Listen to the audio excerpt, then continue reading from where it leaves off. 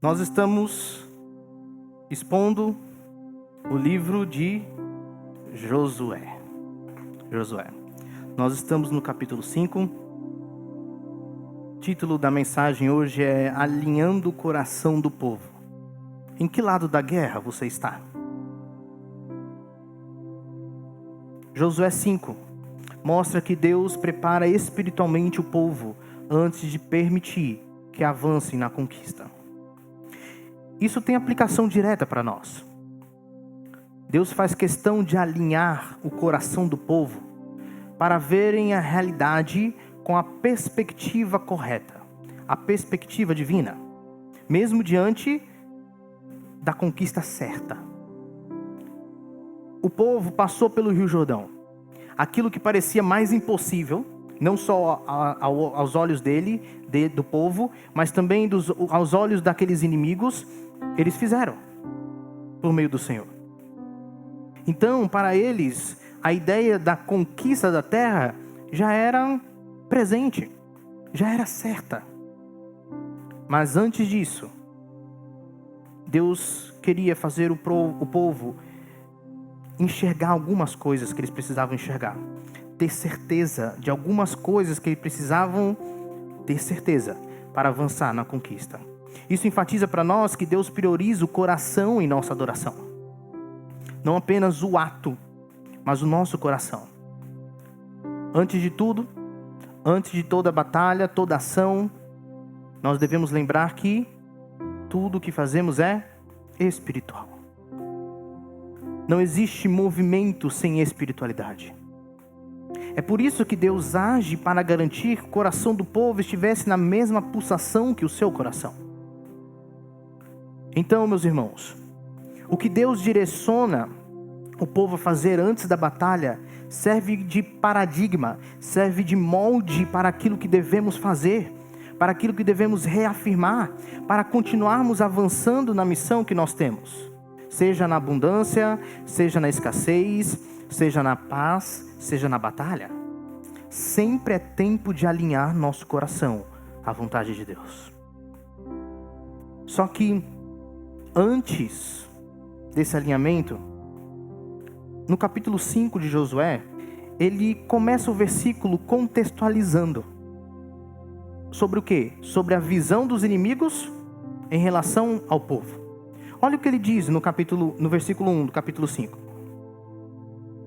Sucedeu que, ouvindo todos os reis dos amorreus que habitavam deste lado do Jordão, ao ocidente, e todos os reis dos cananeus que estavam ao pé do mar, que o Senhor tinha secado as águas do Jordão, de diante dos filhos de Israel, até que passamos, desmaiou-se-lhes o coração, e não houve mais alento neles, por causa dos filhos de Israel.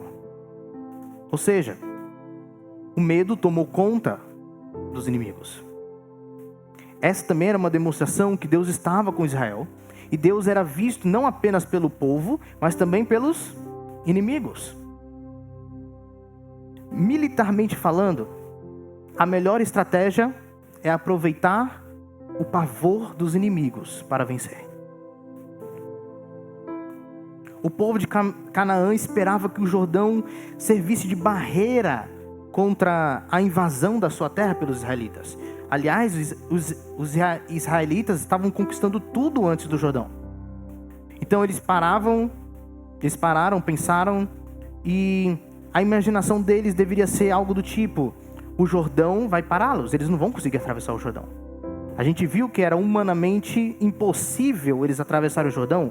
1 milhão e meio de pessoas atravessando o Jordão em época de cheia, praticamente impossível. E aí, eles pensando, nem o Jordão foi suficiente para parar esse povo e o seu Deus. Essa era a hora deles atacarem, deles vencerem, conquistarem a terra. Mas Deus mostra que Ele é o dono do tempo. O tempo pertence a Ele. Era preciso tratar primeiramente de questões espirituais importantes. Então nós veremos 3 áreas em que Deus alinha o coração do seu povo antes da conquista de Jericó. Então a primeira área em que Deus alinha o coração do seu povo antes da conquista de Jericó Deus reafirma a identidade do povo. É na área da identidade do seu povo. Para isso a gente vai ler os versículos de 2 a 9. A palavra do Senhor diz assim: naquele tempo disse o Senhor a Josué: faze facas de pederneira e passa de novo a circuncidar os filhos de Israel. E aqui uma pausa. Já existiam facas de metais naquela época, né? Alguém poderia achar que não existia, mas já existia. Mas a pederneira era uma pedra muito apropriada para cortes. E tem escavações arqueológicas ali na região de Gilgal que revelam a existência de depósitos desse tipo de pedra. Pedra que ela quebrava em lascas. Então era mais fácil cortar. E pensa comigo, por que facas de pederneira? Por quê? Por causa da quantidade de homens que deveriam ser circuncidados. Todos os homens iriam ser circuncidados, a não ser Josué e Calebe, provavelmente. Então nós temos aqui cerca de 400 mil a 700 mil homens. Imagina a quantidade de faca, né, que deveriam fazer. Então, Josué fez para si facas de pederneira, versículo 3, e circuncidou os filhos de Israel em Gibeate Aralote. Foi esta a razão por que Josué o circuncidou. Todo o povo que tinha saído do Egito, todos os homens de guerra, eram já mortos no deserto pelo caminho. Porque todo o povo que saíra estava circuncidado, mas a nenhum deles que nascera no deserto pelo caminho, depois de terem saído do Egito, haviam circuncidado. Porque 40 anos andaram os filhos de Israel pelo deserto, até se acabar toda a gente dos homens de guerra que saíram do Egito, que não obedeceram à voz do Senhor, aos quais o Senhor tinha jurado que lhes não havia de deixar ver a terra que o Senhor, sob juramento, prometeu dar a seus pais, terra que mana leite e mel. Porém, em seu lugar pôs a seus filhos. A estes Josué circuncidou, porquanto estavam incircuncisos, porque os não circuncidaram no caminho. Tendo sido circuncidada toda a nação, ficaram no seu lugar no arraial, até que sararam. Disse mais o Senhor a Josué: hoje removi de vós o opróbrio do Egito, pelo que o nome daquele lugar se chamou Gilgal, até o dia de hoje. Então hoje removi de vocês o opróbrio do Egito.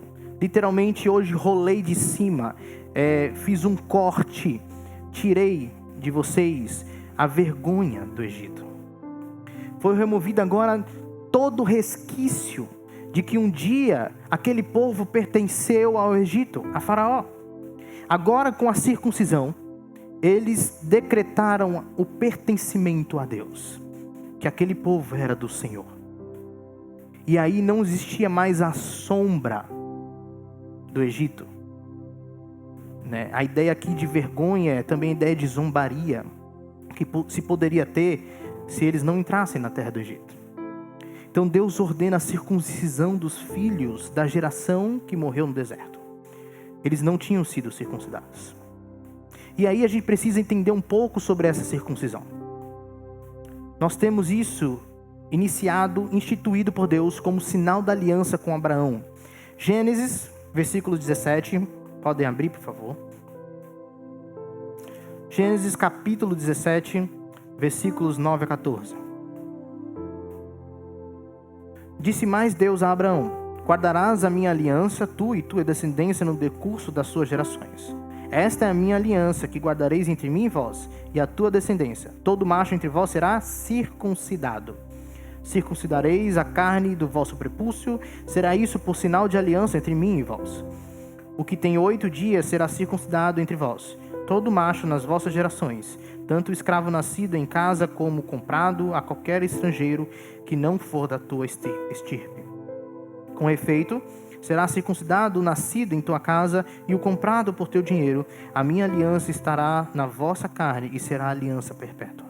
O incircunciso, que não for circuncidado na carne do prepúcio, essa vida será eliminada do seu povo. Quebrou a minha aliança. Então nós temos aqui um ato físico feito na carne dos meninos israelitas, que os separava como povo escolhido por Deus. Mas não era só físico. Também tinha um sentido espiritual. Até porque outras nações também faziam a circuncisão. Haviam outras nações que tinham circuncisão. Não era apenas o povo de Israel. É por isso que existia também o elemento físico da aliança. Jeremias 4:4 diz: circuncidem o coração de vocês. Então já havia esse aspecto espiritual na aliança do Senhor para Abraão. Nisso que o povo de Israel se perde um pouco. Eles focam na parte externa, eles focam no rito e esquecem daquilo que deveria ser representado por esse rito. Aquilo que acontece no nosso interior, nosso espiritual. Então representava o compromisso do povo com Deus, uma marca visível da aliança, mas que deveria ser guiada pela marca invisível, a fé, a confiança. Então aquilo que eles fariam na carne deveria ser baseado naquilo que eles tinham com o Senhor, a sua confiança com Deus. Para Israel era identidade nacional e espiritual, um símbolo de pureza, santidade e pertença ao povo de Deus. No contexto de Josué 5, o povo que atravessou o deserto não foi circuncidado. A geração anterior morreu fora da terra prometida. Agora Deus ordena a circuncisão para renovar essa identidade, reafirmar essa identidade do povo da aliança. Isso é fundamental. Não se conquista a promessa sem estar na aliança, sem fazer parte da aliança, sem ser povo de Deus. Mas no Novo Testamento, como que a gente vê isso? Após Jesus Cristo, o aspecto físico como obrigatoriedade desaparece. A Escritura faz questão de mostrar que isso era para os judeus, para os israelitas, porque o elemento nacional também se vai como marca do povo de Deus. Agora a nossa pátria é Cristo que está no céu, e não mais uma nação específica, um povo específico. Somos povo de povos. Então o que permanece? O aspecto interior, como cumprimento da promessa que Deus retirará o coração de pedra e dará um novo coração, coração de carne.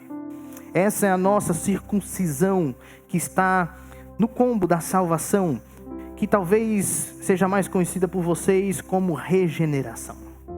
A circuncisão. Romanos 2, versículos 28 e 29, diz assim: pois não é judeu quem o é exteriormente, nem é circuncisão a que se faz exteriormente na carne, mas é judeu quem o é interiormente, e a circuncisão é a do coração, no espírito e não na letra.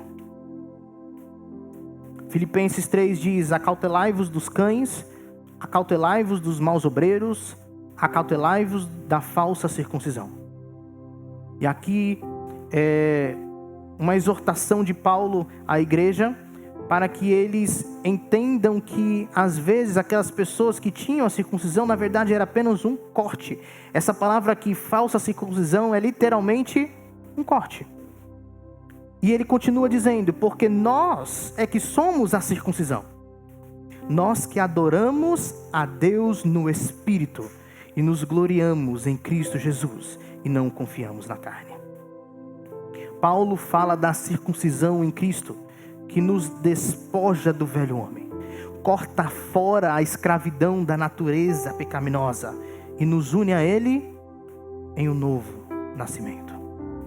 Essa é a nossa circuncisão. Essa circuncisão espiritual representa, primeiro, a transformação interior, que nos torna um povo santo e separado para Deus. Também representa o despojar do velho homem e o novo nascimento. Somos nova criatura em Cristo Jesus, que se refaz para o pleno conhecimento segundo o próprio Cristo Jesus. E terceiro, a verdadeira identidade no Espírito, não apenas uma marca externa. No Espírito, a nossa identidade. E aqui nós poderemos trazer uma reflexão para nós. Somos marcados pelo Espírito ou apenas por tradições externas, por rituais? Será que nossos rituais, nossa tradição como povo de Deus, de nos reunirmos como corpo, onde servimos uns aos outros, é apenas uma tradição ou é uma demonstração clara, não só para nós, mas para os que veem, que ali no meio de nós, aqui no meio de nós, está o Espírito Santo. Deus está neste lugar. Ele está em ação. Nas batalhas que enfrentaremos em nossa missão, estamos seguros da nossa identidade em Cristo? Será que nós sabemos de que lado estamos da guerra? Então, antes da vitória exterior, antes da conquista de Jericó, Deus quer tratar feridas internas, possíveis desvios de identidade. Outra coisa, outro ponto interessante, é que Gilgal significa literalmente lugar de corte. Deus corta aquilo que não pode entrar na terra prometida. O que não podia entrar na terra prometida que Deus cortou? Um povo que não sabe quem é. Não sabem a quem pertencem. Eles precisavam reafirmar sua identidade. Então a identidade da aliança precisa ser reafirmada. Sem aliança não há conquista legítima, meus irmãos. Sem nós, que somos da nova aliança, se não pertencemos ao povo de Deus de fato, se não estamos na nova aliança, a promessa não é para nós. O que Deus precisa fazer? O que Deus precisa cortar em nós para que lembremos, reafirmemos nossa identidade nele? Orgulho? A sensação de autonomia? Será que Deus precisa cortar a preguiça em nós, em servir, em viver o coração de servo? Será que Deus precisa cortar o comodismo e não querer se esforçar em prol do reino? Ou até mesmo, será que precisa cortar algum tipo de relacionamento que tenha afastado o nosso coração da realidade de quem somos nele? Ou cortar algum trabalho, alguma atividade que pode nos impedir de viver por inteiro aquilo que deveríamos ser, aquilo que deveríamos estar vivendo. O que Deus precisa cortar para reafirmarmos a identidade? Precisamos constantemente sermos lembrados de que lado da guerra estamos, a qual Senhor pertencemos, e que somos o povo da aliança, a nova aliança em Cristo Jesus. Que a marca é um novo coração para viver Cristo e lucrar com a morte, como diz Paulo. O viver é Cristo e o morrer é lucro. Porque se não cremos em Cristo, se não formos circuncidados literalmente no Espírito, se nossa alma não foi lavada dos pecados pelo sangue de Jesus, ainda assim estamos numa guerra, mas uma guerra perdida. Porque o nosso inimigo agora não são os principados e potestades se não formos circuncidados. Lembra Paulo falando? A vossa guerra não é contra a carne e o sangue, mas contra os principados e potestades.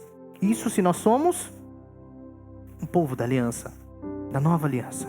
Mas se não somos, os nossos inimigos não são os principados e potestades. O nosso inimigo é o próprio Deus. Essa guerra é perdida. Lutar contra Deus é perdida.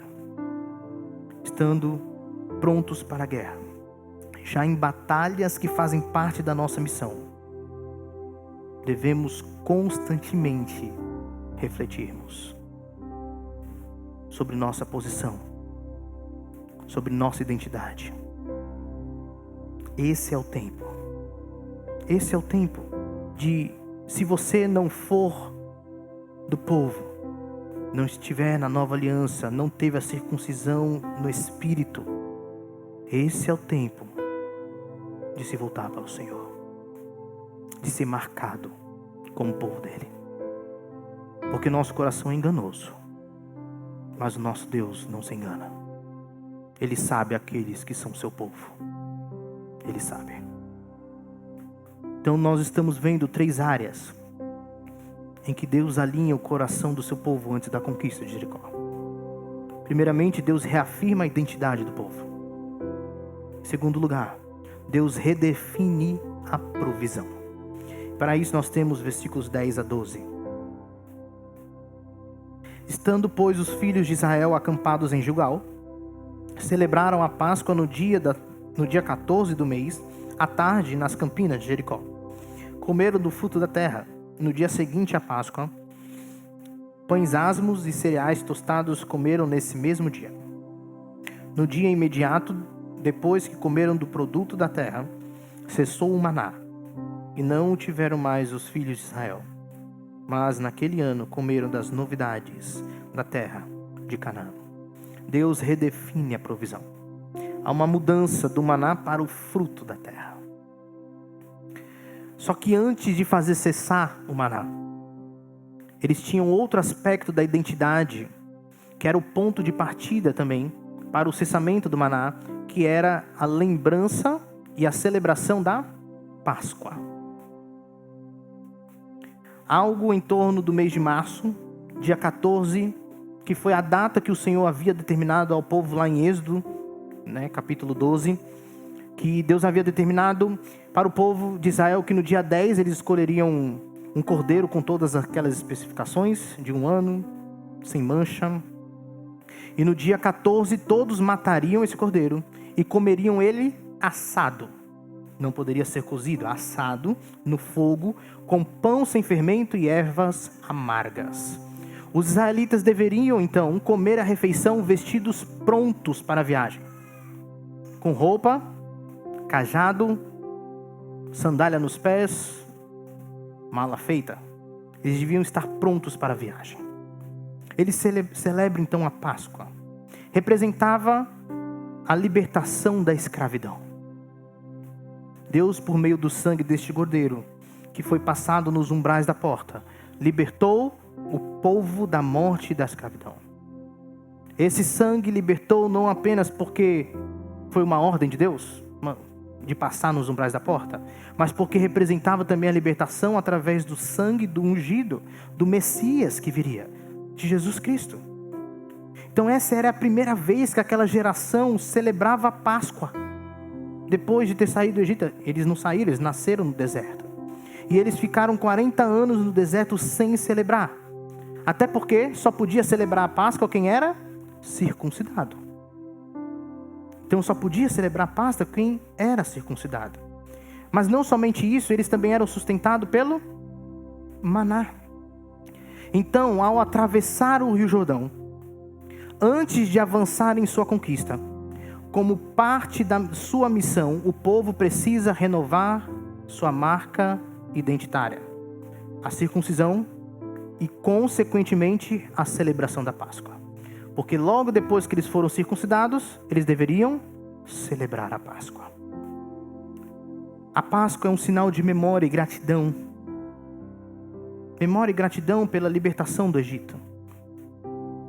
E é interessante porque eles começam com a Páscoa e terminam com o maná.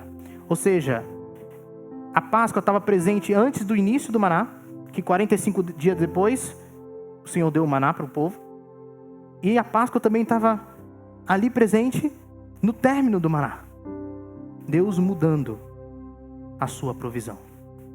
Um sinal que representava a aliança que Deus tinha com o povo.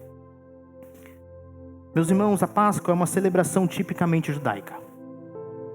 Eu não estou querendo dizer que a gente não deva lembrar, não deva comemorar, passar por ela. Mas a ideia é que a Páscoa em si é uma celebração judaica. Ela apontava para o Cordeiro que viria e morreria, tiraria o pecado do mundo com seu sangue purificador. Nós celebramos o quê? A ceia. A ceia como uma celebração tipicamente cristã. Só que com uma diferença, Porque a ceia, que faz parte do contexto da igreja, aponta para aquilo que Cristo já fez. A ceia é um atestado de que a Páscoa não era um mero ritual. Não era um mero símbolo, mas uma promessa de libertação espiritual e uma promessa cumprida. Uma promessa cumprida. Então eles celebraram a Páscoa, o povo atravessa o mar, 45 dias depois, Deus começa a provisão pelo maná. Agora, atravessaram o rio, foram circuncidados, celebraram a Páscoa e Deus cessa o maná. Então no dia seguinte à Páscoa, eles comem do fruto da terra e o maná cessa. Deus muda a forma de provisão quando muda a estação. Ele não derrama o seu poder desnecessariamente. Tudo tem um propósito. E se der para fazer de maneira natural, Ele o faz. O maná foi provisão no deserto. Agora seria o tempo de usufruir da provisão por meio da terra. Não deixou de ser provisão. Continua sendo Deus sustentando o seu povo. Continua sendo o sustento que vem do céu. O maná serviu para preparar a confiança desse povo e ensinar a depender do Senhor. Mas era preciso aprender agora novas formas de dependência. Agora por meio do trabalho para comer. Eles deveriam trabalhar para comer. Depender de Deus não é depender de milagres diários visíveis. Nós devemos enfatizar isso. Depender de Deus não quer dizer que Deus vai fazer milagres todos os dias na nossa vida. É confiar, mesmo quando Ele muda os métodos. Isso é depender de Deus. Mesmo quando o seu agir parece imperceptível. Confiar em Deus, depender de Deus. Meus irmãos, é milagre também fazer uso dos recursos que Ele coloca diante de nós. Se tem trabalho, amém, é porque Deus colocou isso em nossa vida. Diariamente podemos entender, por implicação, que Deus nos dá recursos suficientes ao nosso redor para extrairmos nosso sustento desses recursos. Ou seja, ao invés de esperarmos cair dinheiro do céu, orar para encontrar dinheiro na rua, vamos trabalhar, nos esforçar e extrair daquilo que Deus nos deu para o nosso sustento. Desafio para a gente, em forma de pergunta: estamos prontos para confiar em Deus, mesmo quando Ele muda a maneira de agir, de se manifestar, de trazer o sustento? Tem algumas vezes que a gente acha que vai tudo desmoronar, não é? Quando algo sai do planejado. Quando nós estamos acostumados com um certo tipo de sustento que o Senhor está dando para a gente, um certo tipo de trabalho, relacionamento, igreja, Deus tem sustentado, mas quando as coisas parecem começar a sair do lugar, o que nós faremos? Confiaremos? Mesmo quando Deus muda a forma de prover.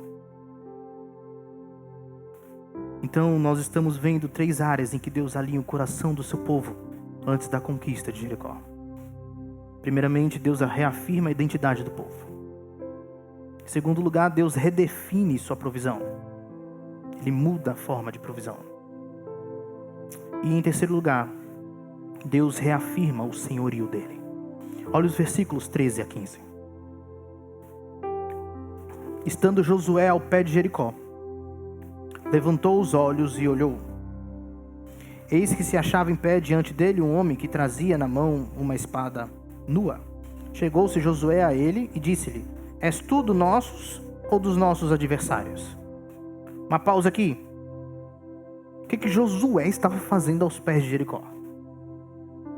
Não fica se perguntando isso não? Eu sou curioso, eu ficava perguntando isso, né? O que ele está fazendo lá? Provavelmente ele foi fazer reconhecimento. Ele iria batalhar, ele iria guerrear. Ele não sabia como Deus iria o fazer conquistar. Ele estava fazendo a parte dele. Ele estava provavelmente fazendo o reconhecimento ali. Mas aí, então esse homem respondeu: não, sou príncipe, versículo 14, sou príncipe do exército do Senhor e acabo de chegar. Então Josué se prostrou com o rosto em terra e o adorou e disse-lhe: que diz meu senhor ao seu servo? Respondeu o príncipe do exército do Senhor a Josué: descalça as sandálias dos pés, porque o lugar em que estás é santo. E Josué fez assim. Lembra você alguma coisa? Tirar a sandália dos pés? A sarça, né? Moisés, Deus. Ok. Josué vê um homem com a espada na mão e pergunta. Ele estava de olhos atentos: você é por nós ou por nossos inimigos? E ele responde: nem por um, nem por outro, mas venho como comandante do exército do Senhor. Então Josué faz o quê? Qual é a reação de Josué perante esse homem? Perante essa verdade, esse conhecimento de quem ele é? Ele se prostra. Ele reconhece que a guerra não é dele, mas do Senhor. E ele adora. Este homem recebe a adoração, porque ele não é somente um homem. Ele não é um anjo, mas ele é o anjo do Senhor. Aqui nós temos teofania ou cristofania, a ideia de Deus se manifestar. Estava em carne ali, se manifestando.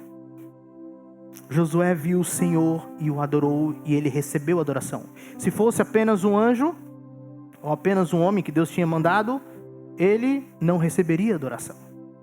Nós temos esse contexto direto nas Escrituras. Quando o anjo recebe adoração, ele fala que a adoração pertence, somente Deus é digno de adoração. Ok? Então Josué ficou à frente do Senhor, e ele no capítulo 6 vai falar o que ele queria. Ok? Então o capítulo 6 já é uma continuação dessa conversa que Josué teve com o Senhor. Algumas aplicações para a gente dessa terceira parte. Primeiro, Deus não é um aliado em nossos planos. Deus não é um aliado em nossos planos. Nós é que precisamos nos alinhar com o plano dele. Muda totalmente essa perspectiva. O sucesso na batalha depende da submissão a Deus como comandante. A vitória começa quando nos prostramos e reconhecemos o senhorio de Cristo, a quem devemos toda adoração. Então, meus irmãos, Josué diante do Senhor, a primeira coisa que ele fez é adorar o Senhor. O que nós fazemos diante do Senhor? Será que nós estamos com a preocupação de dar honra, a adoração somente àquele que merece adoração, que é o nosso Senhor? Também o versículo 15 nos mostra sobre descalçar as sandálias dos pés, porque o lugar em que estás é santo. Tudo que fazemos é uma questão de santidade, porque sempre estamos diante do Senhor. Nós não precisamos de teofania para descalçar os nossos pés. Nós não precisamos. Será que reconhecemos a santidade de Deus a ponto de andarmos descalço porque Deus purificou o que era sujo e imundo? A sandália servia para quê? Para proteger os pés, mas tinha também uma conotação de livrar, de não ter contato direto com a areia, com a impureza. Então quando ele fala, pode tirar a sandália porque o lugar que pisa é santo, ele fala assim, eu sou o Senhor da santidade. Diante de mim, até aquilo que parece ser impuro, é puro. Pode tirar a sandália dos pés, porque você está diante de mim. Meus irmãos, esse é um chamado para nos voltarmos para o Rei, o verdadeiro comandante do povo, o cabeça do corpo vivo que somos como igreja. Cristo é a cabeça, não é? Aquele que é a fonte de todo crescimento, aquele que é autoridade para definir qual é o proceder daqueles que o têm como Senhor. Quem pode definir o que é de Deus e o que não é de Deus? É só quem é Senhor. Nosso papel é servir. Não definir as coisas, servir. Um desafio pra gente. Você quer que Deus faça parte dos seus planos e o ajude a fazer a sua própria vontade? Ou queremos ser parte do plano de Deus? Ser usado como instrumentos para o cumprimento da sua missão ao seu povo. A ideia aqui é que nós que fazemos parte do plano de Deus e precisamos alinhar nosso coração à vontade dele. Eu queria concluir trazendo uma recapitulação dos pontos, dando uma frase final para nós. Antes da vitória em Jericó, Deus levou o povo a 3 experiências que estava alinhando o coração do povo a Deus, ao coração de Deus. Primeiro, reafirmação da identidade, com a circuncisão e também com a celebração da Páscoa. Redefinição da provisão. Depois da celebração da Páscoa, o fim do maná. Deus cessa o maná. Eles agora vão ser sustentados na terra que mana leite e mel. E terceiro, reafirmação do senhorio de Cristo. Josué teve um encontro com o comandante para lembrar quem é o Senhor da guerra, quem que dá a vitória. Todos nós precisamos alinhar nosso coração para a guerra que fazemos parte, ao nos tornarmos povo de Deus. Todos precisamos reafirmar nossa identidade em Cristo. Entender que Deus está provendo mesmo se mudar a forma de prover. E viver lembrando quem é o Senhor da história, a quem devemos toda a adoração. Eu acho que esse é o momento de você orar para Deus lhe dar um coração como o dele. Um coração que pulsa com o pulsar do coração dele. A ideia de que o nosso coração esteja alinhado à vontade de Deus.